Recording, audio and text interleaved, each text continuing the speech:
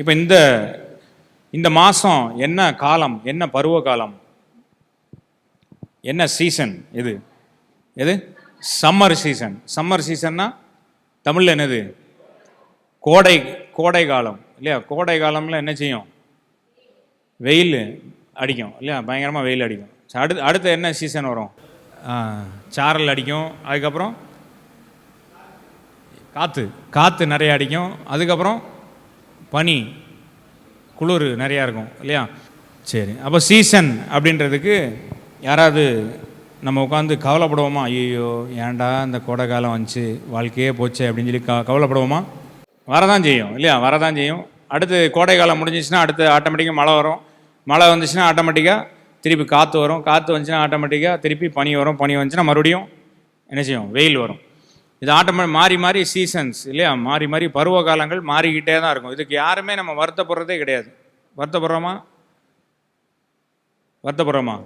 ஏதாவது போய் யாராவது பார்த்துருக்கீங்க, ஐயோ ஒரே வெயில் ஆயிடுச்சு, வாழ்க்கையே போச்சு, இனிமேல் நான் எப்படி படிக்க போகிறேன்னு தெரில, இனிமேல் என் வாழ்க்கையில் என்ன நடக்க போகுதுன்னு தெரில, கல்யாணம் ஆகுமா என்னன்னு தெரில அப்படின்னு சொல்லி நம்ம யாராவது உட்காருவோமா? உட்காரல இல்லையா?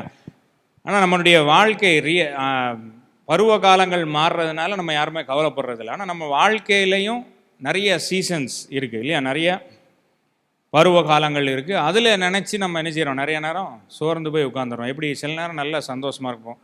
இன்றைக்கி யாரெல்லாம் உண்மையிலே சந்தோஷமாக இருக்கீங்க? மன நிறைவோடு இருக்கேன் யாரெல்லாம் சொல்ல முடியும்? சரி. ரொம்ப கஷ்டத்தில் இருக்கேன், மனசு நிறைய பாரங்கள், நிறைய பிரச்சனைகள், அதை அதுலேயும் கொஞ்சம் பேர் கை தூக்குறாங்க இல்லையா? சரி, குழப்பத்தில் இருக்கேன், என்ன நடக்குன்னே தெரியல, அதுலேயும் கொஞ்சம் பேர் இருக்கும் இல்லையா? ஸோ இப்போ எல்லாருமே எப்படி இருக்கும்? இப்போ இன்றைக்கி குழப்பத்தில் இருக்கிறவங்க கடைசி வரைக்கும் அப்படியே குழப்பத்திலே தான் இருப்பாங்களா? இல்லை. அப்போ சிலர்லாம் சிரிக்கும் போது நல்லா இருக்குது. அதே ஆட்கள் இன்னும் ஒரு வாரம் கழித்து பார்த்தீங்கன்னா அப்படியே உட்காந்துருப்பாங்க. நம்ம என்ன சொன்னாலும் என்ன செய்ய மாட்டாங்க, அசையவே மாட்டாங்க. பாட்டு பாடுனா பாட மாட்டாங்க, கையை தூக்குனா தூக்க மாட்டாங்க, அப்படியே உட்காந்துருப்பாங்க. அதுக்கப்புறம் அதுக்கு அடுத்த வாரம் பார்த்தீங்கன்னா பயங்கர உற்சாகமாக நினைச்சுவாங்க, நிற்பாங்க, ஒரே நெடுமுழங்காலில் நின்று ஜோம் பண்ணுவாங்க. ஸோ சீசன் எல்லாருடைய வாழ்க்கையிலும் பருவ காலங்கள் மாதிரி நம்ம எப்படி இந்த சம்மர் சீசன் அப்படிலாம் மாறுதோ அது மாதிரி வாழ்க்கையிலும் என்ன செய்யும்? நிறைய சந்தோஷமான விஷயங்கள், செலிப்ரேஷன்ஸ், நிறைய செலிப்ரேஷன்னா தமிழில் என்னது? கொண்டாட்டங்கள், நிறைய கொண்டாட்டங்கள். கல்யாண வீடு அந்த மாதிரிலாம் வந்துச்சுன்னா என்ன செய்யும்? ஃபுல்லாக ஒரு கொண்டாட்டமாக இருக்கும் இல்லையா? இல்லை ஏதாவது டூர் போகிறாங்க, சம்மர் லீவில் டூர் போகிறாங்க அப்படின்னா உடனே ஒரே சந்தோஷமாயிரும், ஒரே ஜாலியாகிடும். ஸோ அந்த மாதிரி சந்தோஷமான நேரங்கள் இருக்கும். ஒரு குழந்தை பிறக்குது அப்படின்னா அதுவும் ஒரு சந்தோஷமான ஒரு காரியங்கள். வேலையில் நிறைய ப்ரொமோஷன் கிடைக்குது, இல்லை ஏதோ ஒரு பணம் வரவு வருது அப்படின்னா எல்லாமே பயங்கர சந்தோஷமான ஒரு காரியமாக இருக்கும். அது எல்லா நேரமும் நடந்துகிட்டே இருக்குமா? மாதம் அப்படி நடந்துகிட்டே இருக்குமா? மாதத்துக்கு ஒரு விட குழந்தை பிறந்துன்னா என்னத்துக்கு ஆகும் இல்லையா? அப்போ அப்படி என்ன செய்யாது, நடக்காது. அப்போ அதுக்கு அடுத்து என்ன செய்யும்? சில நேரம் ரொம்ப சோர்வாக மாறிடும் இல்லையா? ரொம்ப சந்தோஷமாக இருப்போம், ஐயா கல்யாணம் நடந்துச்சு அப்படின்னு சொல்லி ரொம்ப சந்தோஷமாக இருப்போம். திடீர்னு பார்த்தா என்னடா அது கல்யாணம் இப்படி பாச்சு அப்படின்னு சொல்லி ஒரு மாதிரி வித்தியாசமாக மாறிடும். குழந்தை பிறக்கும் போது பார்த்தீங்கன்னா நிறைய பேர், குழந்தை இல்லாதவங்க நிறைய பேர் என்ன செய்வாங்க, எப்படியாவது குழந்தை வேணும்னு தலையில் நிற்பாங்க. குழந்தை பிறந்தவங்க என்ன சொல்லுவாங்க? உண்மையிலே வேணுமான்னு நல்லா யோசித்துக்கோ அப்படின்னு சொல்லி என்ன செய்வாங்க, சொல்லுவாங்க இல்லையா? அதை வளர்த்து முடிக்கலையும் 10 வருஷம் பெண்டு கலண்டு போயிடும் இல்லையா? அதை போட்டு உட்காந்து பார்த்து ஒருத்தன் இன்றைக்கி சர்ச்சுக்கே வரல, அவன் எந்திரிக்கவே முடியல, வந்து காலையிலே வந்து எல்லா பாட்டிமாரெல்லாம் விட்டுட்டு சொல்லிட்டு போயிட்டான், அண்ணே நான் 2 நாளாக தூங்கலைண்ணே, நான் போய் தூங்கிட்டு நான் அப்புறமா வரேன் அப்படின்ட்டு. குழந்தைய வளர்க்குறவங்களுக்கு தான் தெரியும் அது எவ்வளோ கஷ்டம் அப்படின்ட்டு இல்லையா? அப்போ அந்த சீசன் அப்படியே இருக்குமா அப்படின்னா மாறிடும். அது கொஞ்சம் ஒரு 10 வருஷம் கழித்து நல்லா நடக்க ஆரம்பிச்சிட்டாங்கன்னா மாறிடும். ஆனால் அதுக்கப்புறம் மாறிடும்ன்றதுக்காக நம்ம நல்லா ஆயிரும்னு சொல்லி சொல்ல முடியுமா? அதுலேயும் நிறைய சேலஞ்சஸ் என்ன செய்யுது, நிறைய கஷ்டங்கள், நிறைய சண்டைக்கு வருவாங்க, கோபம் டப்புன்னு ஆளுக்கு ஒரு திசையில் கோவப்படுவாங்க. அதையும் நம்ம சமாளிக்கணும். அதுக்கப்புறம் படிக்க வைக்கணும், அது ஒரு பெரிய கஷ்டம். ஆனால் எல்லாம் முடிஞ்சதுக்கப்புறம் திருப்பி எல்லாம் முடிஞ்சு நல்லா சந்தோஷமாக ஒரு கல்யாணம் பண்ணி வைக்கணும் அப்படின்னு சொல்லி வச்சோன்னா பிள்ளைங்களுக்கு அது ஒரு பெரிய, நம்மளுக்கு ஒரு பேரண்ட்ஸுக்கு பெரிய திருப்தியாக இருக்கும் இல்லையா?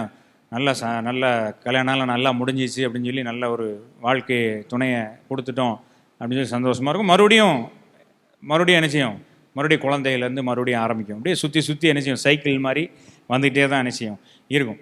ஆனால் நிறைய நேரம் நம்ம என்ன செய்கிறோம் அப்படின்னா குழப்பத்தில் இருப்போம். இது நிறைய பேருக்கு என்ன செய்யும்? இப்போ வெயில் ஆரம்பிச்சிச்சுன்னா அடுத்த ஜூனில் மழை பெய்யும் அப்படின்னு சொல்லி ஓரளவுக்கு எல்லாருக்குமே தீர்மானமாக தெரியும். ஒருவேளை அடுத்தது ஜூனில் வந்து வெயில் வருமா, மழை வருமா, பனி வருமா, புயல் வருமா அப்படின்னு சொல்லி தெரியாமல் இருந்ததுன்னா எப்படி இருக்கும்? ஒரு குழப்பமாகவே இருக்கும் இல்லையா? மே மாதம் முடிஞ்சிட்டு அடுத்த ஜூனில் என்ன நடக்க போதோ பனி பெய்யுமா, இல்லை வெயில் வருமா, மழை வருமா, வெள்ளம் வருமா, ஒன்றுமே தெரியலையே அப்படின்னு சொல்லி நம்ம நினைச்சோம் குழப்பத்தில் இருப்போம். அதே போல் வாழ்க்கையிலையும் நம்ம நினைச்சுவோம் நிறைய நேரத்தில் சூழ்நிலைகள் அப்படி தான் இருக்கும்.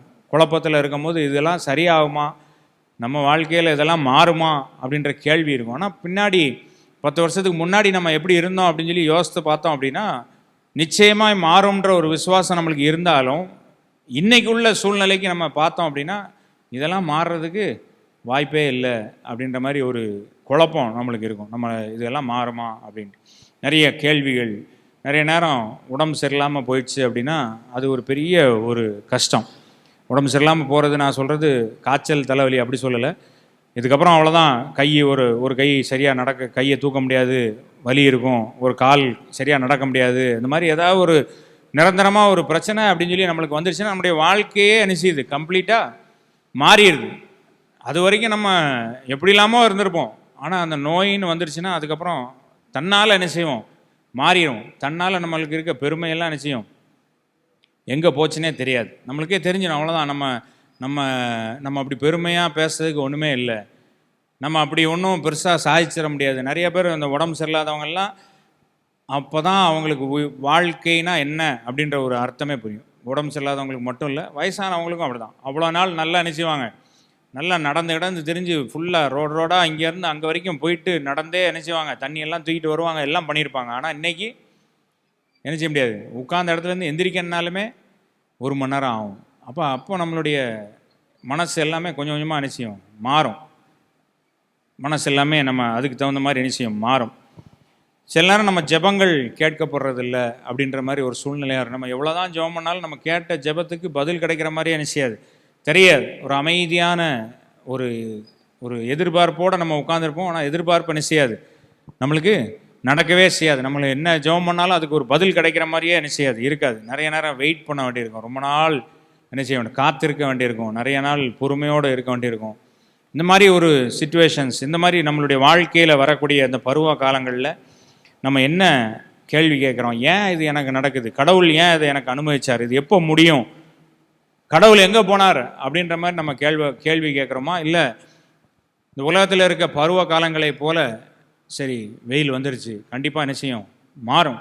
வெயில் ரொம்ப அதிகமாக இருந்ததுன்னா நம்ம என்ன செய்ய முடியாது, கொஞ்சம் வெளியில் போகிறத என்ன செய்யணும், குறைச்சிக்கணும். வெயிலில் போகிறத குறைச்சிக்கணும், தண்ணி அதிகமாக என்ன செய்யணும், குடிக்கணும். அதுக்கு தகுந்த மாதிரி நம்ம என்ன செய்கிறோம், மாறிக்கிறோம் இல்லையா, மாறுறோமா இல்லையா, அதுக்கு தகுந்த நம்ம மாறிக்கிறோம். யாரும் கம்ப்ளைண்ட் பண்ணிவிட்டு வீட்டில் உட்காந்துருக்கீங்களா, ஒரே வெயிலாக இருக்குது, ஏன் தான் வெயில் அடிக்குதோ, கடவுள் என்னத்தை தான் வெயிலை கொடுத்தாரோ அப்படின்னு சொல்லி நம்ம உட்காந்துட்டே இருக்கோமா?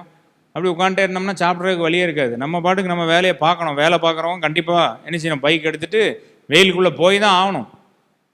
கொஞ்சம் நம்ம அதுக்கு தகுந்த மாதிரி நம்ம மாறிக்கிறோம். தொப்பி போட்டுக்கிறோம், இல்லை கொடையை வச்சுக்கிறோம், தண்ணி நிறையா குடிப்போம், அந்த மாதிரி நிழலில் உட்காந்துருப்போம். அந்த மாதிரி நிறைய காரியங்கள் நம்ம நினைச்சிடும். மாறுறது போல் பருவ காலங்களிலும் நம்ம ஏன் கடவுள் இருக்காரா, ஏன் கடவுள் இதை அனுமதிச்சார் இப்படின்ற கேள்விகளெல்லாம் கேட்காம அந்த பருவ காலங்களுக்கு தகுந்த மாதிரி நம்ம மாறிக்கிட்டு நம்ம நினைச்சிடும் போகணும் அப்படின்றது தான் இன்றைக்கி நம்முடைய செய்தி.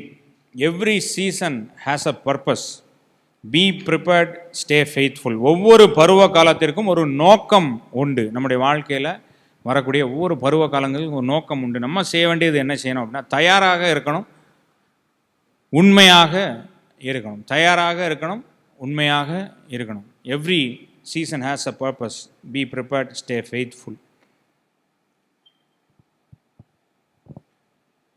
நம்ம இந்த செய்திக்கு ஆதாரமாக எடுத்துக்கொண்ட வசனம் பிரசங்கி 3வது அதிகாரம் 1வது வசனம். நம்ம எல்லாருக்கும் தெரிஞ்சது தான். ஒவ்வொன்றிற்கும் ஒவ்வொரு காலம் உண்டு, வானத்தின் கீழே ஒவ்வொரு காரியத்துக்கும் ஒரு சமயம் உண்டு அப்படின்னு சொல்லி பிரசங்கி சொல்கிறார். அவர் யார்? ஞானி, சாலமோன் ஞானி.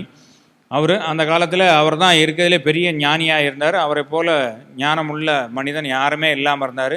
அவர் உலகத்தில் இருக்க எல்லா காரியத்திலும் எல்லா ஞானத்திலையும் தலையிட்டு எல்லா காரியத்தையும் ட்ரை பண்ணி எல்லாத்தையும் என்ன செஞ்சார், அனுபவித்து பார்த்த ஒரு மனிதர். அவர் சொல்கிறார் ஒவ்வொரு காரியத்துக்கும் ஒவ்வொன்றுக்கும் ஒரு காலம் உண்டு. there is a season to everything, there is a season and a time for every purpose under heaven. ஒவ்வொரு நோக்கத்திற்கும் ஒவ்வொரு காரியத்திற்கும் ஒரு சமயம் உண்டு, சமயம் உண்டு. 3 காரியங்களை மட்டுமே நம்ம பார்க்க போகிறோம். முதலாவது காரியம், ஒவ்வொரு பருவத்தையும் தேவனே நியமிக்கிறார். முதல்ல நம்ம புரிந்து கொள்ள வேண்டியது என்ன அப்படின்னா, நம்ம வாழ்க்கையில் இருக்கக்கூடிய ஒவ்வொரு பருவ காலங்களையும் யார் நியமிக்கிறார், யார் அதை அப்பாயிண்ட் பண்ணுறா அப்படின்னா, God appoints every season in our life. நம்மளுடைய வாழ்க்கையில் ஒவ்வொரு பருவ காலங்களையும் தேவனே என்ன செய்கிறார், அதை நியமிக்கிறார். பிரசங்கி அதே 3வது அதிகாரத்தில் 11வது வசனத்தை நம்ம வாசிக்கும் போது, அவர் சகலத்தையும் அதினதின் காலத்திலே நேர்த்தியாய் செய்கிறார். நேர்த்தியாய் செய்கிறார். God is not a God who does everything randomly. ஏதோ அங்கங்கே போகிற வழியில் அங்கங்கே என்னத்தையோ ஒன்று செஞ்சுட்டு ஒரு ஒரு ஒரு காரணமே இல்லாமல் என்னத்தையோ ஒன்று செய்துட்டு போகக்கூடிய ஆண்டவர் நம்முடைய ஆண்டவர் கிடையாது. எதை செய்தாலும் அதற்கு ஒரு காரணத்தோடு அவர் என்ன செய்கிறார். நம்முடைய வாழ்க்கையில் எதை செய்தாலும் ஒரு காரணத்தோடு அவர் செய்கிறார். சகலத்தையும் அதின் காலத்திலே எப்படி செய்கிறார், நேர்த்தியாய் அவர் என்ன செய்கிறார். He does everything beautiful in its time. ரொம்ப அழகாக, ரொம்ப அற்புதமாக அவர் எல்லா காரியத்தையும் செய்கிறார். நம்முடைய வாழ்க்கையில் நம்ம ஏதோ அங்கங்கே மாட்டிக்கிட்டு முழிக்கிற மாதிரி நம்மளுக்கு தெரியலாம். ஆனால் ஆண்டவர் எதையுமே என்ன செய்யலை, போகிற போக்கில் அப்படியே என்னத்தையும் ஒன்று இங்கிட்ட ஒன்று அங்கிட்ட ஒன்று செஞ்சுட்டு அவர் என்ன செய்யலை போல, எல்லாத்தையும் பிளான் பண்ணி அப்படி தான் அவர் என்ன செய்கிறார். ரொம்ப அழகாக நேர்த்தியாய் என்ன செய்கிறார். நம்மளுக்கு பார்த்தீங்கன்னா 4-5 வேலை மொத்தமாக வந்துருச்சுன்னா நம்மளால் என்ன செய்ய முடியாது இல்லையா. ஏதோ ஒன்று ஏனோ தானான்ட்டு ஏதோ ஒன்று செய்வோம். சரி, இதில் ஒன்று செய்வோம். ஆனால் ஆண்டவர் அப்படிப்பட்ட ஆண்டவர் கிடையாது. எல்லாத்தையும் ஒழுங்கும் கிரகமாய் ரொம்ப அழகாக பியூட்டிஃபுல்லாக அவர் என்ன செய்கிறார். தேவனுடைய அனுமதியோடு தான் நம்முடைய வாழ்க்கையில் என்ன செய்யுது, எல்லா சீசன்ஸும் வருது, எல்லா பருவ காலங்களும். நம்ம சந்தோஷமாக இருக்கிறதும் சரி, அமைதியாக இருக்கக்கூடிய சூழ்நிலைகளும் சரி, ஒரு பெரிய பிரேக் த்ரூ நம்முடைய வாழ்க்கையில் ஒரு பெரிய மாற்றம், திருப்பு முனையாக நம்மளுடைய வாழ்க்கையில் நடக்கக்கூடிய காரியங்களும் சரி, தேவனுடைய அனுமதி இல்லாமல், தேவனுடைய கண்ட்ரோல் இல்லாமல் எந்த காரியமும் நம்முடைய வாழ்க்கையில் நடக்கிறது இல்லை அப்படின்றதுக்கு யோபு ஒரு உதாரணம். யோபுனுடைய வாழ்க்கையில் பெரிய தலைகீழான மாற்றங்கள் வந்த சூழ்நிலையில் அது எப்படி வந்துச்சுன்னு சொல்லி நீங்கள் பார்த்தீங்க அப்படின்னா, தேவனுடைய அனுமதியோடு தான் எல்லாமே என்ன செஞ்சு நடந்தது. ஒரு காரியம் கூட தேவனுடைய அனுமதி இல்லாமல் நடக்கவே இல்லை. நம்ம மனிதனாக பார்த்தோம் அப்படின்னா அது ஏதோ கடவுள் இருக்காரா அப்படின்ற ஒரு கேள்வி நம்மளுக்கு தெரியலாம். ஆனால் தேவன் இல்லாமல், தேவனுடைய அனுமதி இல்லாமல் யோபுனுடைய வாழ்க்கையில் எந்த ஒரு காரியமே என்ன செய்யலை, நடக்கலை. அதே போல் தான் நம்முடைய வாழ்க்கையிலும் ரொம்ப கஷ்டமான ஒரு பருவ காலங்களாக இருந்தாலும் சரி, God has not left us. நம்மளை ஆண்டவர் கைவிடவில்லை, நம்மளை ஆண்டவர் விட்டு விலகவில்லை, எங்கேயுமே என்ன செய்யலை. அவர் மொத்தத்துக்கும் நம்மளை அபேண்டன் பண்ணி நம்மளை என்ன செய்யலை, மொத்தத்துக்கும் போ அப்படின்னு சொல்லி நம்மளை விட்டுட்டு என்ன செய்யலை போல. ஈ ஸ்டில் ஒர்க்கிங். நம்முடைய வாழ்க்கையில் அவர் என்ன செய்கிறார், இன்னும் அவர் என்ன செய்கிறார், நம்மளுடைய வாழ்க்கையில் வேலை செய்து கொண்டே தான் என்ன செய்கிறார் இருக்கிறார். அந்த 3வது அதிகாரத்தில் நம்ம பார்த்தோம் அப்படின்னா 14 காரியங்களை பற்றி அவர் சொல்லியிருக்கிறார். 14 காரியங்கள் எதற்கெல்லாம் காலம் உண்டு அப்படின்னு சொல்லி, அதில் ஒரு 5 கேட்டகரியாக நம்ம பிரித்தோம் அப்படின்னா, லைஃப் அண்ட் டெத், வாழ்க்கையும் மரணத்தையும் பற்றி அவர் சொல்லியிருக்கிறது. பிறக்க ஒரு காலம் உண்டு, இறக்க ஒரு காலம் உண்டு, நட ஒரு காலம் உண்டு, அதை வேரோட பிடுங்கிறதுக்கு ஒரு காலம் உண்டு, கொல்ல ஒரு காலம் உண்டு, குணப்படுத்த ஒரு காலம் உண்டு அப்படின்னு சொல்லி சொல்கிறார். 2வது பில்டிங் அண்ட் பிரேக்கிங், கட்டவும் உடைக்கவும், அதை பற்றி சொல்லும் போது அவர் சொல்கிறார், இடிக்க ஒரு காலம் உண்டு, கட்ட ஒரு காலம் உண்டு, கற்களை சிதறடிக்க ஒரு காலம் உண்டு, அதை சேகரிக்க ஒரு காலம் உண்டு, கிழிக்க ஒரு காலம் உண்டு, அதை தைக்க ஒரு காலம் உண்டு அப்படின்னு சொல்லி சொல்கிறார். 3வது ஒரு கேட்டகரி நம்ம பார்த்தோம் அப்படின்னா எமோஷன்ஸ் அண்ட் எக்ஸ்பிரஷன்ஸ், உணர்ச்சிகள், அதனுடைய வெளிப்பாடுகள். அழ ஒரு காலம் உண்டு, சிரிக்க ஒரு காலம் உண்டு, புலம்ப ஒரு காலம் உண்டு, நடனமாட ஒரு காலம் உண்டு, அமைதியாக இருக்க ஒரு காலம் உண்டு, பேசவும் ஒரு காலம் உண்டு. ரிலேஷன்ஷிப்ஸை பற்றி அவர் சொல்லும் போது 4வது காரியங்கள், தழுவுதல், தவிர்த்தல், எம்ப்ரேஸ் அண்ட் ரீஃப்ரைன். ஒரு காரியத்தை நம்ம அக்செப்ட் பண்ணி அதை தழுவுவதற்கு ஒரு காலம் உண்டு, வேண்டான்னு சொல்லி அதை ஒதுக்குவதற்கு ஒரு காலம் உண்டு, அன்பு கூறுவதற்கு ஒரு காலம் உண்டு, வெறுப்பதற்கும் ஒரு காலம் உண்டு, லவ் அண்ட் ஹேட். அது தமிழில் வேறு மாதிரி வார்த்தைகள் கூட என்ன செய்யும் இருக்கும். இன்னொன்று போர் செய்வதற்கும் ஒரு காலம் உண்டு, அமைதியாக சமாதானத்துடன் இருப்பதற்கும் ஒரு காலம் உண்டு அப்படின்னு சொல்லி உறவுகளை குறித்து அவர் சொல்லியிருக்கிறார். 5வது ஒரு காரியங்கள், உடைமைகளையும் நம்முடைய ப்ரையாரிட்டிஸ், முன்னுரிமைகளையும் குறித்து சொல்லும் போது, தேட, டு சர்ச், தேட ஒரு காலம் உண்டு, விட்டுவிட, டு கிவ் அப், வேண்டாம் சரி போட்டோம் அப்படின்னு சொல்லி விட்டுறதுக்கு ஒரு காலம் உண்டு. காப்பாற்ற ஒரு காலம் உண்டு. வைத்திருக்கிற டு கீப் ப்ரிசர்வ், காப்பாற்ற ஒரு காலம் உண்டு. தூக்கி எரிய ஒரு காலம் உண்டு அப்படின்னு சொல்லி என்ன செய்கிறார் சொல்கிறார். இந்த காரியங்கள் எல்லாத்தையும் நீங்கள் யோசித்து பார்த்தீங்க அப்படின்னா நம்முடைய வாழ்க்கையிலும் இதே தான் என்ன செய்யுது நடக்குது. எல்லாருமே ஒரே சிரிச்சுக்கிட்டே இருக்கிறதில்ல, எல்லாருமே ஒரே மாதிரி அழுதுகிட்டே என்ன செய்கிறதில்ல, காலம் ஃபுல்லாக அப்படி இருக்கிறதில்ல. எல்லாத்துக்கும் ஒரு காலம் உண்டு. அழக்கூடிய சூழ்நிலைகள் ஒரு நாள் வரலாம். அது எத்தனை நாட்கள் நம்மளுக்கு இருக்கும்னு சொல்ல முடியாது, எத்தனை மாதங்கள் நம்மளுக்கு இருக்கும், எத்தனை வருடங்கள் இருக்கும்னு சொல்ல முடியாது. ஆனால் நிச்சயமாய் மகிழ்ந்து களி கூறவும் நடனமாடவும் ஒரு காலம் நம்மளுக்கு நிச்சயமாய் உண்டு. அமைதியாக இருக்கிறதுக்கு ஒரு காலம் உண்டு, புலம்ப ஒரு காலம் உண்டு, சிரிக்க ஒரு காலம் உண்டு, பேச ஒரு காலம் உண்டு. நல்லா பேசிகிட்டு இருப்பான், நல்லா போல்டாக தைரியமாக பேசிகிட்டு இருக்கவங்கலாம் சில நாட்கள் என்ன செய்வாங்க, சத்தமே இல்லாமல் அமைதியாக இருக்க வேண்டிய ஒரு சூழ்நிலை நம்மளுக்கு வரலாம். ஆனால் இது எல்லா காரியத்திலையும் நம்ம ஒன்று புரிந்து கொள்ள வேண்டியது என்ன அப்படின்னா, இது எல்லாத்தையும் அனுப்புகிறது அனுமதிக்கிறது யார் தான்? ஆண்டவர் தான். அவருக்கு தெரியாமல் நம்மளுடைய வாழ்க்கையில் எதுவுமே என்ன செய்கிறதில்ல, நடக்க முடியாது. அதனால் நம்ம என்ன செய்யணும் அப்படின்னா, நம்ம எல்லாவற்றையும் சந்தோஷமாக என்ன செய்யணும், ஏற்றுக்கொள்ளணும். எதை குறித்து நம்ம கலங்க வேண்டிய நேரம், கலங்க வேண்டிய காரணம் இல்லை. நம்ம பாடணும் இல்லையா, பாட்டு பாடணும், எதை குறித்து நம்ம பயப்பட வேண்டியா, கலங்கவும் மாட்டேன். எதுக்கு? துன்பங்கள் சூழ்ந்து கொண்டாலும், தொல்லை கஷ்டங்கள் என்னை சூழ்ந்து கொண்டாலும், தேடி வந்தாலும் நான் பயப்படுவதும் இல்லை, கலங்குவதும் இல்லை. வரும் துன்பங்கள், வரும் எல்லாமே துயரங்கள் வரும். ஏன் நான் பயப்பட மாட்டேன் அப்படின்னா, அது நிச்சயமாக ஒரு நாள் மாறும். அன்னைக்கு நான் சந்தோஷமாக இருப்பேன், அன்னைக்கு நான் மகிழ்ந்து இருப்பேன். அப்போ இப்படிலாம் நம்ம இருக்கும்போது தேவன் தான் அதை அனுமதித்தார் அப்படின்றது நம்ம யோபுடைய வாழ்க்கையிலும் பார்த்துருக்குறோம். இன்னொரு இடத்துல நம்ம வாசிக்கும் போது ஆதியாகமம் 50வது அதிகாரம் 20வது வசனத்தில் நம்ம வாசிக்கும்போது யோசேப்பை பற்றி நம்ம வாசிக்கிறோம். அங்கே அவர் சொல்கிறாரு, நீங்கள் எனக்கு தீமை செய்ய நினைத்தீர்கள், தேவனோ இப்பொழுது நடந்து வருகிறபடியே வெகு ஜனங்களை உயிரோட காக்கும்படி அதை நன்மையாக முடிய பண்ணினார். யோசேப்புக்கு கொஞ்ச காலம் கடைசியில் ரொம்ப சந்தோஷமான காலம் இருந்தாலும் பல வருடங்கள் அவர் என்ன செய்ய வேண்டியது, கஷ்டப்பட வேண்டியது.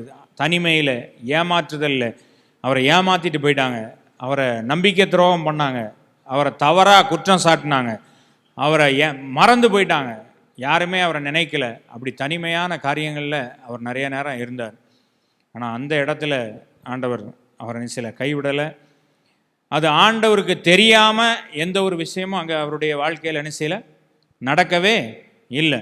ஒவ்வொரு படியும் அவரை தேவனுடைய தீர்மானத்திற்கு நோக்கி அவர் என்ன செய்து கொண்டு போய் விட்டது.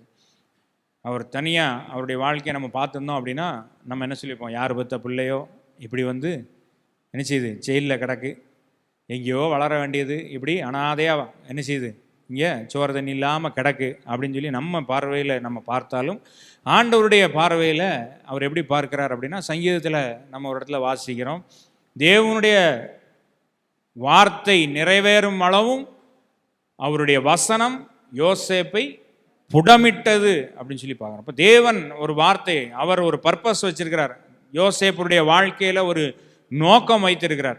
அந்த நோக்கம் நிறைவேறும் அப்படின்னு சொல்லி அவருக்கு சின்ன வயசுலேயே அவருக்கு என்ன செஞ்சிருக்கார், கனவு மூலமாக அவருக்கு ஒரு காரியத்தை வெளிப்படுத்தியிருக்கிறார். அந்த ஆண்டவர் சொன்ன வார்த்தை நிறைவேறும் அளவும் யோசேப்பை தேவனுடைய வசனம் புடமிட்டது. அவனை நிறைய பருவ காலங்களில் அவன் போக வேண்டியதாக இருந்தது.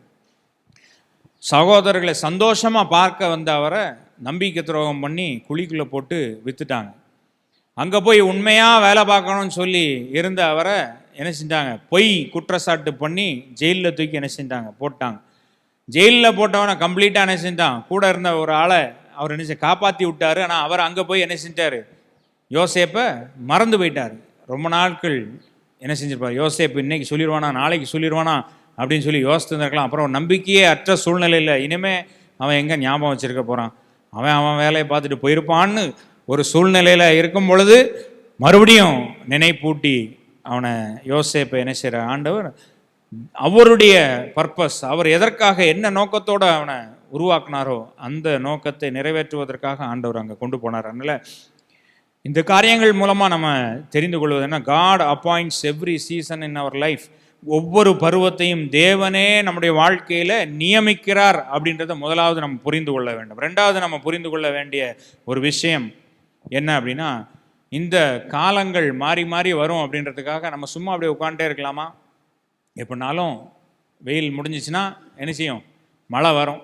எப்படினாலும் மழை வந்துச்சுன்னா திருப்பி வெயில் வரும் அப்படின்னு சொல்லி நம்ம வாட்டு சும்மாவே உட்காந்துருக்கலாமா அப்படின்னா நோ. Preparation determines outcome. தயார்படுத்துதல் முடிவை நிர்ணயிக்கிறது. நம்மளை எப்படி தயார்படுத்தி இருக்கிறோம் அப்படின்றது தான் நம்மளுடைய முடிவை என்ன செய்து நிர்ணயிக்கிறது. எப்படி யோசேப்பு புடமிடப்பட்டாரோ, புடமிடப்படாமல் அவர் என்ன செய்ய முடியாது, அவ்வளோ உயரத்துக்கு என்ன செய்ய முடியாது, போக முடியாது. வெகு ஜனங்களை காப்பாற்றுவதற்கு அவர் அங்கே உட்கார்ந்துருக்கிறார் அரண்மனை இல்லைனா, அதற்கு ஒரு தயார் செய்வதற்கு அவருக்கு ஒரு நேரம் வேண்டி இருந்தது. அந்த நேரத்தில் அவர் என்ன அண்ணன்லாம் ஏமாற்றிட்டாங்க, இனிமேல் என்னத்த வாழ்க்கை அப்படின்னு சொல்லி விட்டுருந்துருக்கலாம். இல்லை நான் எவ்வளவோ உண்மையாக இருக்கேன், எங்கள் அண்ணன்லாம் ஏமாத்தினாங்க, வீட்டில் எல்லாரும் என்னை கை விட்டாங்க, ஆனால் நான் உண்மையாக இருக்கணும்னு நினச்சேன், ஆனால் என்னை பொய் குற்றச்சாட்டு பண்ணி உள்ள தூக்கி போட்டாங்க. இனிமேல் என் வாழ்க்கையில் ஒன்றுமே தேவையில்லை, என் வாழ்க்கையே வேஸ்ட்டு, நான் இனிமேல் செத்து போனால் பரவாயில்ல அப்படின்னு சொல்லி அவர் என்ன செய்யலை, உட்காரலை. அதற்கப்புறமும் ஒருத்தனை காப்பாற்றி விட்டுட்டு அவன் போய் சொல்லுவான்னு சொல்லி இருக்கும்போது நம்பிக்கையே இழந்து போய் அவன் மறந்து போயிட்டான். அப்பையும் என்ன செஞ்சுருக்கலாம், அவன் என்ன செஞ்சுருக்கலாம், இவ்வளோ தூரம் நான் எவ்வளோ முயற்சி பண்ணிட்டேன், எங்கள் அண்ணன் எங்கள் கூட பிறந்தவங்கெல்லாம் என்னை கைவிட்டாங்க, பரவாயில்லன்னு உண்மையாக இருக்கலாம்னு நினச்சேன், என்னை கொண்டு வந்து ஜெயிலில் போட்டாங்க, சரி அங்கேயும் உண்மையாக இருக்கலாம்னு நினச்சேன், ஆனால் கூட இருந்தவன் மறந்துட்டான், இனிமேல் வாழ்நாள் ஃபுல்லாக நம்மளுக்கு ஜெயில் தான், இனிமேல் நம்ம என்ன செய்யலாம், ஜெயிலில் உட்காந்துருக்கவங்க என்ன செய்யணும், சாப்பிடணும் தூங்கணும், சாப்பிடணும் தூங்கணும், இதை மட்டும் பண்ணிட்டு போயிருக்கலாம் இல்லையா. நான் சாப்பிட்றேன் தூங்குறேன், இனிமேல் நான் எங்கே போக போகிறேன், அவ்வளோதான், நம்ம வாழ்க்கையே முடிஞ்சு போச்சு, இனிமேல் நம்மளுக்கு வாழ்க்கை கிடையாது. நம்ம நிறைய நேரம் அப்படி தான் யோசிக்கிறோம் இல்லையா, 80-60 வயசு தாண்டிட்டு இனிமேல் நம்ம வாழ்க்கையில் என்ன நடந்து என்ன பண்ணுறது அப்படின்னு நினைக்கிறோம் இல்லையா. ஆனால் அப்படி கிடையாது. ஆண்டவர் நிறைய காரியங்களை நம்ம வைத்திருக்கிற, நம்ம தயார் நிலையில் நம்மளை தான் என்ன செய்யணும், வைக்கணும். 2 தீமோத்தேயு 4:2 பவுல் சொல்லும் பொழுது அங்கே திருவசனத்தை பற்றி பிரசங்கம் பண்ணுறதுக்கு அவர் சொல்லும் போது, சமயம் வாய்த்தாலும் வாய்க்காவிட்டாலும் ஜாக்கிரதையாய் திருவசனத்தை பிரசங்கம் பண்ணுன்னு சொல்லி அவர் சொல்கிறாரு. அங்கே வெறும் பிரசங்கம் மட்டும் இல்லை, நம்மளுக்கு சமயம் வாய்த்தாலும் வாய்க்காவிட்டாலும் நம்ம எப்பயுமே ஜாக்கிரதையாய் நம்ம செய்ய வேண்டிய வேலைகளை நம்ம என்ன செய்யணும். சோம்பேறியே நீ எங்கே போய் கற்றுக்கோ, சோம்பேறியே போ, அங்கே ஒரு ஸ்கூல் இருக்குது, காலேஜ் இருக்குது, அங்கே போய் படின்னு சொல்லி சொல்லுவாங்களா? இல்லை, நீ எங்கே போய் கற்றுக்கோ, எறும்பினிடத்தில் போய் கற்றுக்கோ. நீதிமொழிகள் 6வது அதிகாரம் 6, 7, 8 நம்ம வாசிக்கிறோம். சோம்பேறியே நீ எறும்பினிடத்தில் போய். எனக்கு இது டவுட்டு தான், அவனே ஒரு சோம்பேறி, அவன் இருந்த இடத்த விட்டு எந்திரிக்க மாட்டான், அவனை போய் நீ எறும்புகிட்ட போ அப்படின்னா அவன் என்ன சொல்லுவான், சரி நான் இங்கே உட்காந்துருக்கேன், எறும்பு என்னைக்காவது இந்த பக்கம் வரும், அன்னைக்கு நான் என்ன செய்கிறேன் பார்த்துக்கிறேன். அவ்வளோ சோம்பேறியாக நம்ம யாரும் என்ன செஞ்சிடக்கூடாது, இருந்துடக்கூடாது. என்ன கொஞ்சம் சோம்பேறி என்ன செய்யுங்க, எந்திரிச்சு போய் எறும்புகிட்ட போய் படிங்க, எந்திரிங்க போங்க, போய் எறும்புகிட்ட போய் படிங்க, அதன் வழிகளை பார்த்து ஞானத்தை கற்றுக்கொள். சோம்பேறியே எழுந்திரிச்சு போய் எறும்பை போய் பார்த்து ஞானத்தை கற்றுக்கொள். அதற்கு பிரபுவும் தலைவனும் அதிகாரியும் இல்லாதிருந்தும். நிறைய நேரம் நம்ம இங்கே அப்படி தான் பண்ணோம், யாருமே எனக்கு சொல்லலை அதனால் நான் செய்யலை அப்படின்னு சொல்லி நம்ம உட்காந்துருக்கோம் இல்லையா. குரூப்பில் மெசேஜே வரல அதனால் நான் க்ளீன் பண்ண வரல, மெசேஜ் போட்டாலுமே நான் அதை பார்க்கல அதனால் நான் வரல அப்படின்னு சொல்லி உட்காந்துருக்கோம். இங்கே என்ன சொல்கிறது, பிரபுவும் அதிகாரியும் யாருமே இல்லை, உங்களுக்கு கமாண்ட் பண்ணுறதுக்கு, உனக்கு ஒரு ஆர்டர் கொடுக்குறதுக்கு, நீ இதை செய் அதை செய்யின்னு சொல்கிறதுக்கு யாருமே இல்லை. ஆனால் எறும்பு என்ன செய்யுது, தன்னால் என்ன செய்யுது, அது செய்யுது. என்ன வேலையை செய்யுதுன்னு பாருங்களேன். கோடை காலத்தில் தனக்கு ஆகாரத்தை சம்பாதித்து, கோடை காலத்தில் ஆகாரத்தை எல்லாம் சேர்த்து என்ன செய்யுது, சம்பாதிச்சு வைக்குதான்.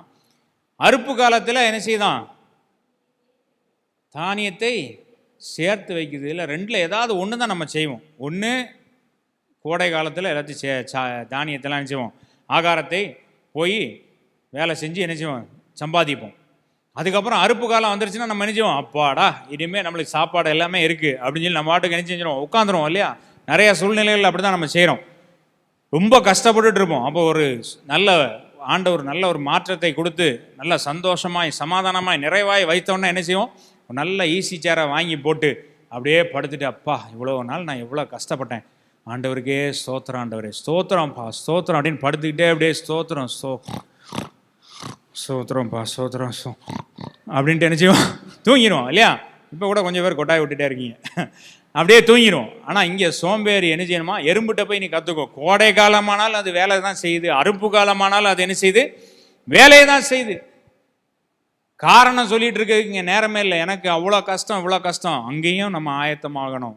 எல்லா கஷ்டமும் சரியாயிட்டு சந்தோஷமா இருக்கேன், இனிமையாவது நான் கொஞ்சம் ரெஸ்ட் எடுத்துக்கிறேன். No rest. ஆண்டவருடைய பிள்ளைகளுக்கு ரெஸ்ட்டே கிடையாது. நம்ம தயாராகி கொண்டே இருக்கணும், அடுத்த வேலையை செய்வதற்கு தயாராகி கொண்டே இருக்கணும்.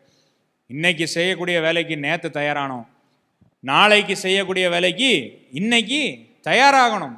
Be prepared. நீங்கள் தயாராகி கொண்டுட்டே இருந்தீங்கன்னா தான் உங்களுடைய outcome, preparation determines your outcome. உங்களுடைய முடிவு என்ன அப்படின்றது உங்களுடைய தயார் நிலையை தான் அனுசரிது, வைத்து தான் அனுசரிது அதை காட்டுகிற சில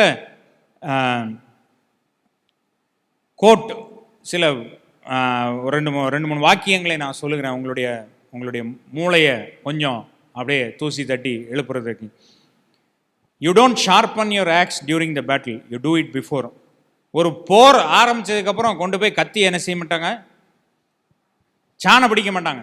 சாண கடை எங்கே இருக்குன்னு தேடி என்ன செய்ய மாட்டாங்க, போக மாட்டாங்க. எப்போ போர் ஆரம்பித்தப்புறம் யாரும் என்ன செய்ய மாட்டாங்க, போக மாட்டாங்க. போர் ஆரம்பிக்கிறதுக்கு முன்னாடியே என்ன செய்யணும், கத்தியை சாணம் பிடிச்சி வைக்கணும். No one builds an ark during the rain. மழை ஆரம்பித்ததுக்கப்புறம் நோவா என்ன செய்யலை, பேழையை கட்ட ஆரம்பிக்கலை.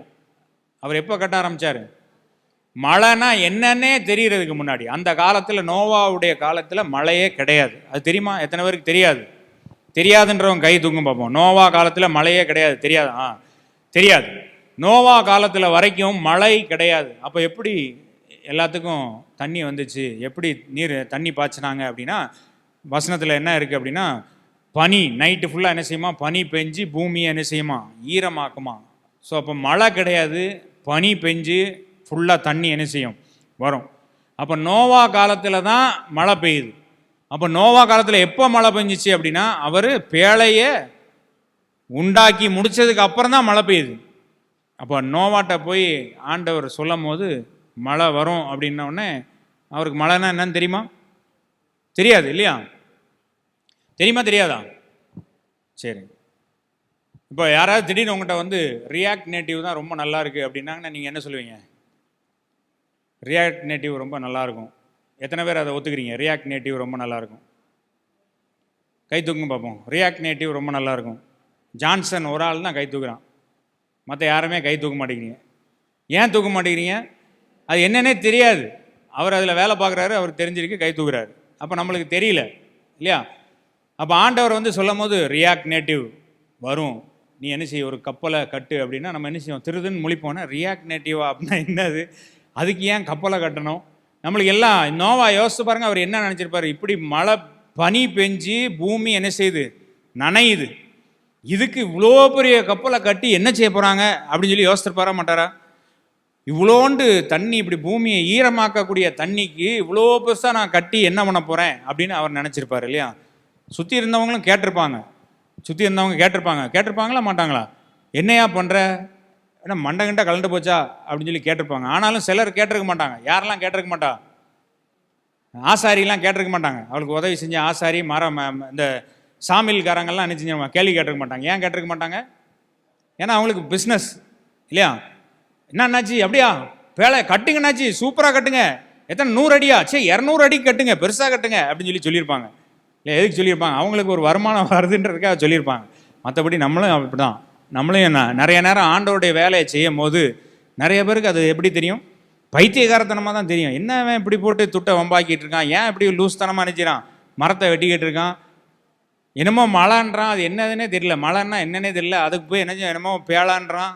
அப்போ கப்பல்லாம் இருந்திருக்குமா? யோசிச்சு பாருங்கள். முதல் பேலை அதாக தான் இருக்கும் இல்லையா? ஆமாவா இல்லையா? இருந்திருக்கலாம் இல்லையா? அந்த ஊருக்குள்ளே மேபி கடலில் கூட இருந்திருக்கலாம், கப்பல் இருந்திருக்கலாம். ஆனால் ஊருக்குள்ளே அவ்வளோ பெரிய பேலை அப்படின்றது ஒரு முட்டாள்தனமான ஒரு விஷயம். ஏதோ ஒரு பீச்சில் போய் அவன் கட்டிகிட்டு இருந்தாலும் சரி கடலில் கப்பல் விடுவான் அப்படின்னு சொல்லி சொல்லலாம். ஊருக்குள்ளே நடு ஊரில் மைதானத்தில் வச்சுக்கிட்டு கப்பலை கட்டிகிட்டு இருந்தோம்னா எப்படி இருக்கும்? போகிறவங்க வரவங்களாம் என்ன சொல்லுவாங்க, பிரவீன் அண்ணன் நல்ல அண்ணன் தான், ஏதோ முன்னாடி நல்லா தான் இருந்தாங்க, இப்போ கொஞ்சம் வித்தியாசமாக மாறிட்டாங்க, என்னன்னு தெரியல அப்படின்னு சொல்லி நினச்சிவாங்க. சரி ஆர்வத்தை பிள்ளையோ அப்படின்னு சொல்லிட்டு நினச்சிவாங்க, போவாங்க இல்லையா? அப்போ no one builds an ark during the rain. அடுத்து, you cannot plant seeds in the storm, you plant them before. புயலின் போது நீங்கள் அள்ளி தூவி விதையை அணைச்ச முடியாது, போட முடியாது. புயல் அடிக்கும் போது யாராவது காலையில் எந்திச்சு போய் விதை போடணுன்ட்டு போவாங்களா? போட்டு அப்படியே தூவுவாங்களா? ஏன் தூவ மாட்டாங்க? எல்லாம் அடிச்சுட்டு போயிடும் இல்லையா? அப்போ எப்போ பண்ணுவாங்க? புயல் இல்லாத நேரத்தில் தான் நம்ம நிச்சயணும் விதையை போடணும் இல்லையா? அதுக்கப்புறம் இன்னொன்று பாருங்கள், இன்னொன்று ரொம்ப நல்ல ஒரு அருமையான ஒரு விஷயம் என்ன அப்படின்னா, you train in peace for the battles of வார்.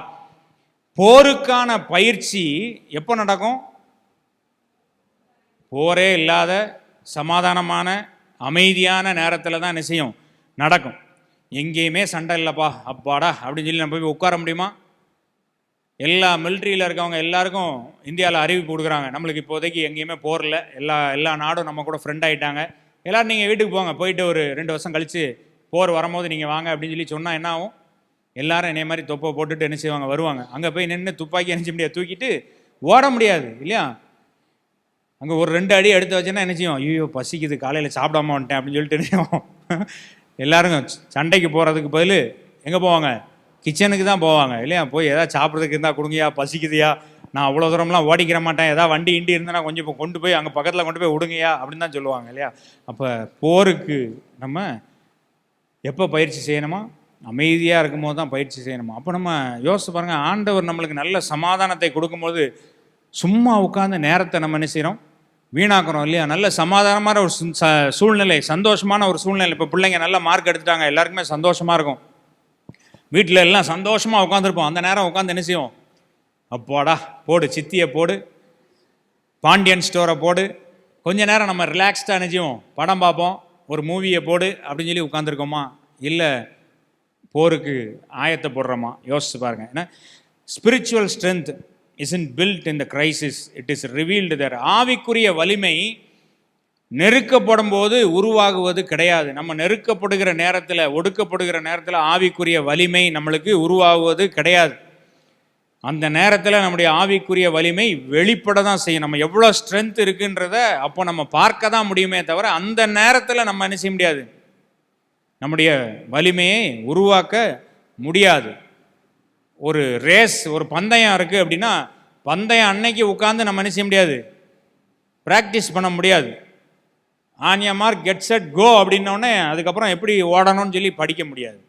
அப்போ அவங்க என்ன செய்வாங்க? 1 வருஷமாக என்ன செய்வாங்க? ஓடுவாங்க. டெய்லியும் காலையில் எத்தனை மணிக்கு எழுந்திரிப்பாங்க? இருட்டோடு எழுந்து வனாந்தரமான இடத்துக்கு போய் ஓடி பழகுவாங்க, ஓடி பழகுவாங்க. எனக்கு அடுத்த வருஷம்தான் போட்டி, அது வரைக்கும் நம்ம பேசாமல் தூங்க போகிறேன்னு சொல்லி தூங்க முடியுமா? தூங்க முடியாது இல்லை, ஓடிக்கிட்டே இருப்பாங்க. இன்றைக்கி எவ்வளோ தூரம் ஓடுறாங்களோ, அந்த 1 வருஷம் எவ்வளோ தூரம் ஓடுறாங்களோ, அதுதான் அந்த 100 மீட்டர் ஓட்டத்தில் 10 செகண்டில் என்ன செய்வாங்க? ஓடி முடிச்சிருவாங்க. அவ்வளோதான், 10 செகண்ட் ஓடி முடிச்சிருவாங்க. ஸ்பிரிச்சுவல் ஸ்ட்ரென்த், நம்மளுடைய ஆவிக்குரிய வலிமை அப்படி தான். நம்ம நெருக்கப்படும் நேரத்தில், அந்த நேரத்தில் நம்ம என்ன செய்ய முடியாது? உட்காந்து ஜெபம் பண்ணி நம்ம உருவாக முடியாது. கஷ்டத்தில் உட்காந்துட்டு அதுக்கப்புறம் நீங்கள் ஜெபம் பண்ணிலாம் என்ன செய்ய முடியாது? சரி பண்ண முடியாது. முதலே நம்ம ஜெபம் பண்ண ஆரம்பித்து, முதலே அந்த ஸ்ட்ரென்த்தை பில்ட் பண்ணி, முதலே வேதம் வாசித்து நிறைய காரியங்களை நம்ம ஆயத்தத்தோடு இருந்தால் தான் அந்த சூழ்நிலையில் நம்மளால் என்ன செய்ய முடியும்? அது தாக்கு பிடிக்க முடியும். தாவீது கோலியாத்தை சந்திக்கும் பொழுது தேவனை நம்பவில்லை. தேவன் மேலே உள்ள நம்பிக்கை அவனுக்கு கோலியாத்தை சந்திக்கக்கூடிய அந்த நேரத்தில் அவனுக்கு என்ன செய்யலை? வரல. அவனுக்கு எப்போ வந்தது? தாவீதுக்கு தேவன் மேலே நம்பிக்கை எப்போ வந்தது? அவன் ஆடுகளை மேய்த்து கொண்டு இருக்கும் பொழுதே என்ன செய்யுது? வந்தது. ஆடுகளை மேய்த்து கொண்டு இருக்கும் போதே வந்தனால தான் தாவீது கோலியாத்தை பார்த்தவனே சொல்லுகிறான், இஸ்ரவேலின் தேவனாகிய கர்த்தரை நிந்திப்பதற்கு இந்த மனுஷன் யாரு? இது எப்படி பேச முடியும்? அந்த இடத்துல உட்கார்ந்துலாம் பேச முடியாது. அதுக்கு முன்னாடியே தேவனை பற்றி அறிந்திருக்கணும். விருத்த சேதனம் உள்ள மனிதனுக்கும் விருத்த சேதனம் இல்லாத மனிதனுக்கும் என்ன வித்தியாசம்ன்றது தெரிந்திருக்கணும். ஆண்டவர் எப்படிப்பட்டவர்ன்றது தெரிந்திருக்கணும். எல்லா காரியத்தையும் தேவனை ருசித்து பார்த்திருந்தால் மட்டும்தான் அந்த இடத்துல போய் நின்று இந்த வார்த்தையை என்ன செய்ய முடியும்? பேச முடியும். When you are prepared for winter, you don't panic when it is cold. நீங்கள் குளிர் காலத்துக்கு ஆயத்தமாக இருந்தீங்கன்னா குளிர் ஆரம்பித்த உடனே தடுமாற மாட்டீங்க. எப்படி குளிர் காலத்துக்கு ஆயத்தமாக இருப்பாங்க? இப்போ ஒரு ஊட்டிக்கு டூருக்கு போகிறீங்க அப்படின்னா எப்படி போவீங்க? ஆண்கள்லாம் முண்டா பனியனையும் டவுசரையும் போட்டு போக முடியுமா? போக முடியாது இல்லையா? எப்படி போகணும்? நல்ல சூடாக என்ன செய்யணும்? ஃபுல்லாக முழுக்கை சட்டை, முழுக்கால் பேண்ட்டு. இல்லை பெண்கள்லாம் இப்போல்லாம் அந்த முழுக்கால் பேண்ட்டே கிடைக்க மாட்டேங்குது. கடைக்கு போனோன்னா முக்கா பேண்ட்டு தான் கிடைக்குது பெண்களுக்கெல்லாம். முழுக்கால் பேண்ட்டே என்ன செய்ய முடியாது? கிடைக்க மாட்டேங்குது. அப்போ எல்லாமே நினைச்சினோம் ஃபுல்லாக கவர் பண்ணுற மாதிரி நம்ம நினைச்சினோம் போனோம். நிறைய உள் சொட்டரு அது இது எல்லாத்தையும் எடுத்துகிட்டு போனோம். இல்லை ஜெர்க்கின்லாம் எடுத்துகிட்டு போனால் தான் போக முடியும். அதுக்கெல்லாம் ஆயத்தமாக இருக்கிறவங்க ஊட்டியில் போய் இறங்கினோடனே பதட்டப்பட மாட்டாங்க. குளிர் ஆரம்பித்தோடனே ஆட்டோமேட்டிக்காக எடுத்து போட்டு அவங்க வேலையை என்ன செய்வாங்க, போவாங்க. ஒன்றுமே இல்லாதவங்க என்ன செய்வாங்க, குளிரில் ஆடிக்கிட்டு இருப்பாங்க இல்லையா. இப்போ இன்னும் கடைசி ஒரு முக்கியமான ஒரு வார்த்தை என்ன அப்படின்னா, when the time to perform arrives, the time to prepare is over. நிகழ்த்த வேண்டிய நேரம் வரும்பொழுது ஆயத்தப்பட வேண்டிய நேரம் முடிந்து விட்டது அப்படின்றத நீங்கள் என்ன செய்யாதீங்க, மறந்து போயிடாதீங்க. நான் என்னைக்குனாலும் இன்னைக்கு நாளைக்கு நான் பார்த்துக்கிறேன், நாளைக்கு ஜெபம் பண்ணுறேன், நாளைக்கு பைபிள் வாசிக்கிறேன், இன்னும் ஒரு நாள் போட்டோம், அடுத்த வாரத்துலேருந்து நான் கரெக்டாக என்ன செய்கிறேன், ப்ரேயருக்கு வரேன், அடுத்த சனிக்கிழமையிலேருந்து நான் ஒழுங்காக பொறுப்பாளர் ஐக்கியத்துக்கு வரேன். இப்படியே நம்ம என்ன செய்யணும், தள்ளி போட்டுகிட்டே போகிறோம். ஆனால் ஒன்று ஞாபகம் வச்சுக்கோங்க, நிகழ்த்த வேண்டிய நேரம் வரும்பொழுது ஆயத்தமாக வேண்டிய நேரம் முடிந்துவிடும். மத்தேயு 25வது அதிகாரத்தில் நம்ம பார்க்குறோம், புத்தி உள்ள கன்னிகை, புத்தி இல்லாத கன்னிகை. 25:3-4 வாசிக்கிறோம், புத்தி இல்லாதவர்கள் தங்கள் தீவெட்டுகளை எடுத்து கொண்டு போனார்கள், எண்ணெயையோ கூட கொண்டு போகவில்லை. புத்தி உள்ளவர்கள் தங்கள் தீவெட்டிகளோடு தங்கள் பாத்திரங்களில் எண்ணெயும் கொண்டு போனாங்க. புத்தி இல்லாதவங்க என்ன செஞ்சாங்களாம், வெறும் தீவெட்டியை மட்டும் எடுத்துகிட்டு போனாங்க. எண்ணெயை அப்புறமா பார்த்துக்கலாம், அங்கே எங்கேயாவது போகிற வழியில் வாங்கிக்கலாம், இல்லை அங்கே கிடைக்கும் தருவாங்க, யாராவது ஒருத்தர் கேட்டால் தராமையாக போயிட போகிறாங்க அப்படின்னு சொல்லி ஒரு லெத்தார்ஜிக்காக ஒரு ஒரு கேர்லெஸ்னஸோட எப்படினாலும் பார்த்துக்கலாம் அப்படின்னு சொல்லி நினச்சிடுறாங்க, போகிறாங்க. அதுக்கு இன்னொரு ஒரு சொல் என்ன அப்படின்னா கேம்பிளிங் அப்படின்னு சொல்லலாம். கேம்பிளிங்னானது சூதாட்டம். நம்ம வாழ்க்கையை வச்சு என்ன செய்கிறோம், சூதாட்டி கொண்டு இருக்கிறோம். எப்படியாவது போயிடலாம், தப்பிச்சு போயிடலாம், போகிற வழியில் எப்படியாவது யாராவது நம்மளை கொண்டு போய் நினச்சிவாங்க, விட்டுருவாங்க. லேட்டாக போனாலும் யாராவது கொண்டு போய் விட்டுருவாங்க. அது ஒரு சூதாட்டம் மாதிரி. எல்லா நேரத்திலும் அது என்ன செய்யாது, நம்மளுக்கு உதவி செய்யாது. எல்லா நேரத்திலும் நம்மளுக்கு கரெக்டாக நம்ம நினச்ச மாதிரி நம்மளுக்கு உதவிகள் கிடைக்காது.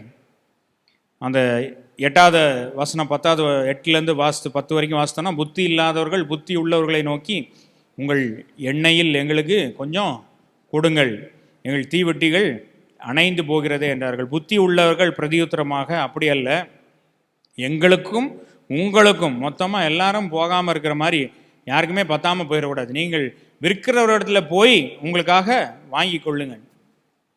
நீங்கள் போய் எங்கே எண்ணெய் கிடைக்குமோ காசு கொடுத்து வாங்கிக்கோங்க. கடைசி நேரத்தில் நம்ம போகும்போது நம்மளுக்கு டைம்லாம் முடிஞ்சு போச்சு. இதுக்கப்புறம் ப்ரிப்பரேஷன் ஆயத்தமாகிறதுக்கு டைமே கிடையாது. நீங்கள் இதுக்கப்புறம் ஒரு கடையை போய் தேடி போய் வாங்கிட்டு வர்றதுக்குள்ளே இங்கே எல்லாம் என்ன செய்யும், முடிஞ்சு போயிடும். அப்படியே அவர்கள் வாங்க போன போது மணவாளன் என்ன செய்தாராம், வந்து விட்டார். அவங்க கிளம்பி போனாங்க. எப்போ இனிமேல் போய் இதுக்கு மேலே நம்ம என்ன செய்யக்கூடாது, லேட் பண்ணக்கூடாது. இனிமேல் நம்ம ரெகுலராக சர்ச்சுக்கு போகணுன்னு என்றைக்கு நினைக்கிறோமோ அன்னைக்கு நம்ம ஆஸ்பத்திரியில் உட்காந்துருப்போம் இல்லையா. நிறைய பேருக்கு அப்படி தான் நடக்குது. இனிமேல் நம்ம அப்படியே போயிடணும்னு சொல்லி யோசிக்கும் போது நம்ம என்ன செய்கிறோம், எங்கேயாவது ஆஸ்பத்திரியில ஏதோ ஒரு சூழ்நிலையில் கஷ்டத்தின் மத்தியில் என்ன செய்கிறோம், உட்கார்ந்துருக்கிறோம். ஆயத்தமாக இருந்தவர்கள் அவரோட கூட கல்யாண வீட்டுக்குள் பிரவேசித்தார்கள். கதவும் அடைக்கப்பட்டது. When the time to perform arrives, the time to prepare is over.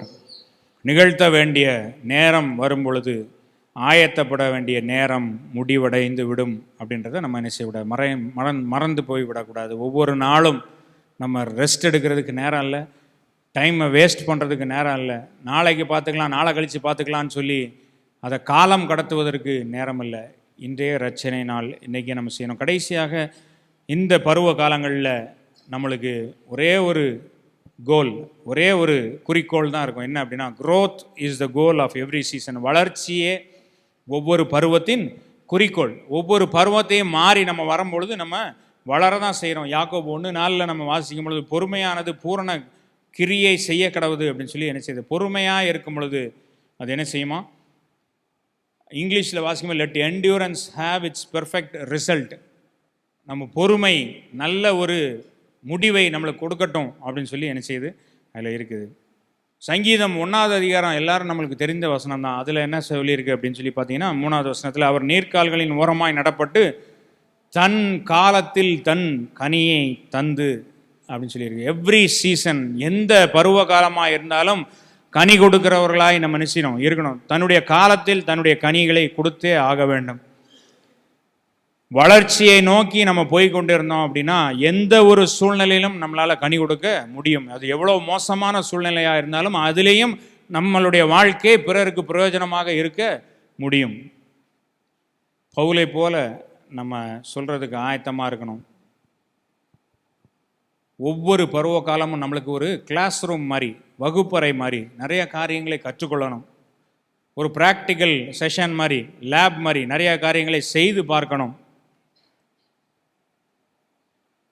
கடுமையான பருவ காலங்கள் ஆண்டவர் மீது உள்ள நம்பிக்கையை நம்மளுக்கு என்ன செய்து அதிகரிக்கிறது.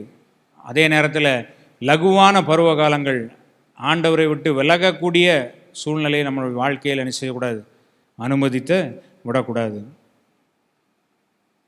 கடினமான காரியங்கள், சூழ்நிலைகள், பருவ காலங்கள் எப்படி ஆண்டவரையே நம்பியிருக்கணும்னு சொல்லி நம்மளுக்கு போதிக்குதோ, நம்மளை கற்றுக் கொடுக்குதோ, அதே போல் ரொம்ப சந்தோஷமான லகுவான நேரங்கள், சூழ்நிலைகள், பருவ காலங்களில் நம்ம உக்ரானக்காரர்களாய் மாறுவதற்கு படித்து கொள்ளணும். உக்ரானக்காரர்களாய் மாறணும். நம்முடைய விசுவாசத்தில் வளரணும். நம்மளுக்கு ஆண்டவர் நிறைய காரியங்களை கொடுக்கும் பொழுது பணத்தையோ செல்வாக்கையோ நேரத்தையோ சந்தோஷத்தையோ சமாதானத்தையோ அதை அதிகமாய் நம்மளுக்கு கொடுக்கும்போது அதை வைத்து நம்ம என்ன செய்கிறோம்? சும்மா டைம் வேஸ்ட் பண்ணிவிட்டு அப்படியே உட்காந்துருக்கோமா? சந்தோஷமாக ஜாலியாக உட்காந்துருக்கோமா?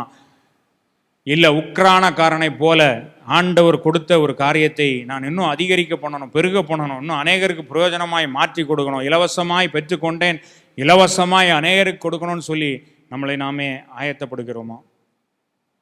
ஆண்டவர்கிட்ட போய் ஏன் ஆண்டவரே நான் ஏன் எதுக்கு இந்த சூழ்நிலை ஏன் என்னை அனுமதிச்சிங்க அப்படின்ட்டு நம்ம கேள்வி கேட்குறோமா? இல்லை, ஆண்டவரே எனக்கு நன்றி, நீ கொடுத்த எல்லா காரியத்துக்கும் நன்றி.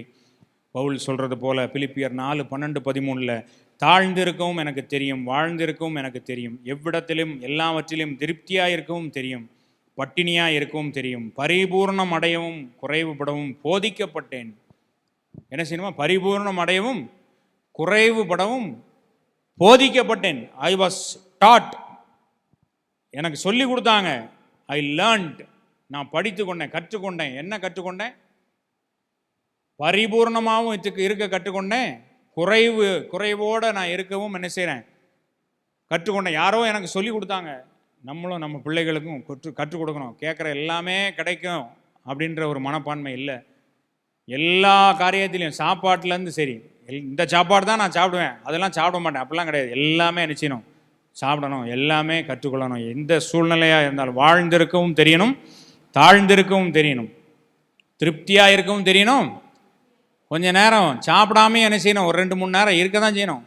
உபவாச ஜபத்துக்கு சாப்பிடக்கூடாது. ஞாயிற்றுக்கிழமை காலையில் முடிஞ்ச அளவுக்கு சாப்பிடாமல் வரணும். இந்த மாதிரி சில நேரம் கொஞ்சம் சாப்பிடாமல் நம்மளை பட்டினி போட்டு நம்ம என்ன செய்யணும்? இருக்கிறதுக்கு பழகணும். பரிபூர்ணம் அடைவும் குறைவுபடவும் போதிக்கப்பட்டேன். அப்படிலாம் இருக்கும்போது தான் என்னை பலப்படுத்துகிற கிறிஸ்துனாலே எல்லாவற்றையும் செய்ய எனக்கு பலன் உண்டுன்னு நம்மளால் சொல்ல முடியும். நான் சாப்பிடாமல் பட்னியாக இருந்தாலும் சாப்பிட்டாலும் என்னுடைய பலன் அல்ல, கிறிஸ்துவுடைய பலனினால எல்லாவற்றையும் நான் செய்கிறேன் அப்படின்ற ஒரு விசுவாசம் நம்மளுக்கு வரணும். அப்படின்னா பவுல் கற்றுக்கொண்டது போல நம்மளும் கற்றுக்கொள்ளலாம். கண்டென்ட்மெண்ட், எல்லாவற்றிலையும் நம் மன நிறைவோடு இருக்க நம்ம கற்றுக்கொள்ளணும். எல்லா சூழ்நிலைகளையும் நம்ம அக்செப்ட் பண்ணுறது கற்றுக்கொள்ளணும். அழுகையும் எனக்கு வேணும், சந்தோஷமும் எனக்கு வேணும். அழுகைன்றது ஒரு சாபம் கிடையாது, சந்தோஷன்றது ஒரு ஆசீர்வாதம். அழுகைன்றது ஒரு சாபம் அப்படின்னு நான் பிரித்து பார்க்க விருப்பப்படலை.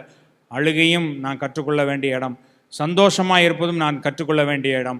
அழுகையும் நம்ம ஆயத்தப்பட வேண்டிய இடம், சந்தோஷமாக இருக்கிற நேரமும் நான் ஆயத்தப்பட வேண்டிய இடம். அநேகருக்கு பிரயோஜனமாய் நான் வாழணும், அநேகருக்கு பிரயோஜனமாக என்னுடைய வாழ்க்கை மாறணும். இதற்காக நான் நிறைய காரியங்களை கற்றுக்கொள்ளணும், நிறைய காரியங்களை செய்யணும் அப்படின்னு சொல்லி நம்ம தேவனுடைய சமூகத்தில் இந்த காலை வேளையில் ஒப்புக் கொடுக்கும். கடைசியாக முடிவுரையாக 3 காரியங்களை நான் சொல்ல விருப்பப்படுகிறேன். In every seasons we learn, ஒவ்வொரு பருவத்திலும் நாம் கற்றுக்கொள்கிறோம். For every seasons we prepare, ஒவ்வொரு பருவத்திற்கும் நாம் தயாராகிறோம். Through every season we grow, ஒவ்வொரு பருவத்தின் வழியாகவும் நாம் வளருகிறோம். மீண்டும் ஒரு விட சொல்கிறேன். In every season we learn, for every season we prepare, through every season we grow.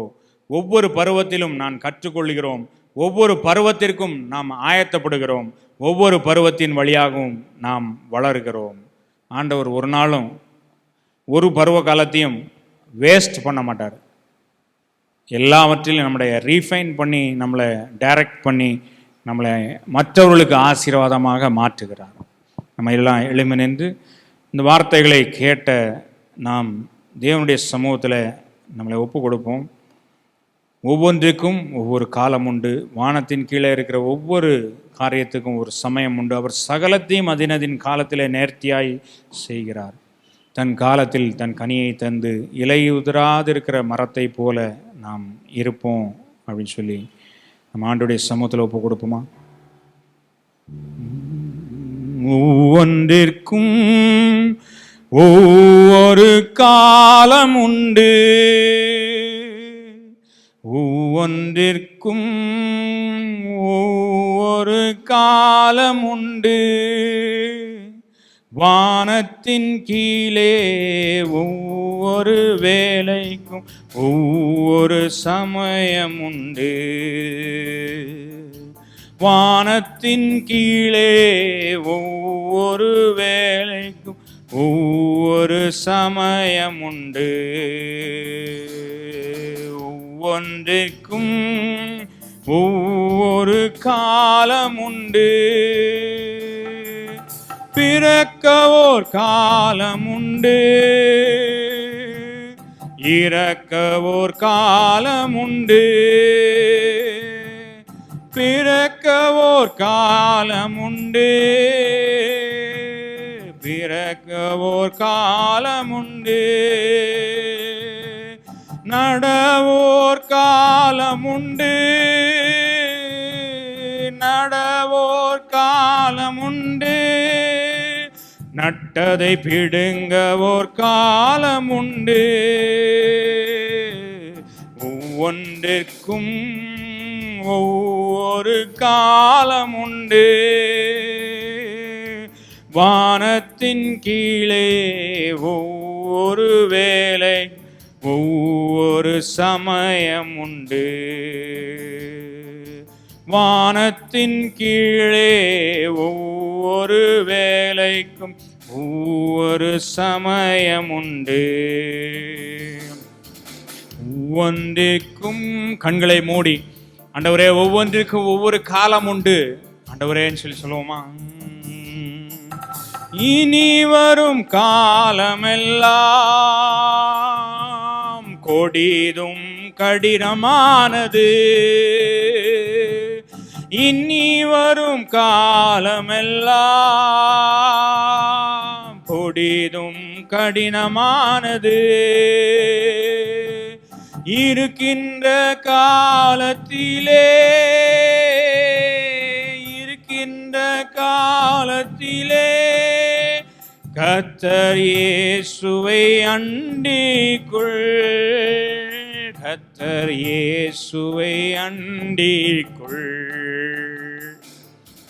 ஒவ்வொன்றிற்கும் ஒவ்வொரு காலம் உண்டு,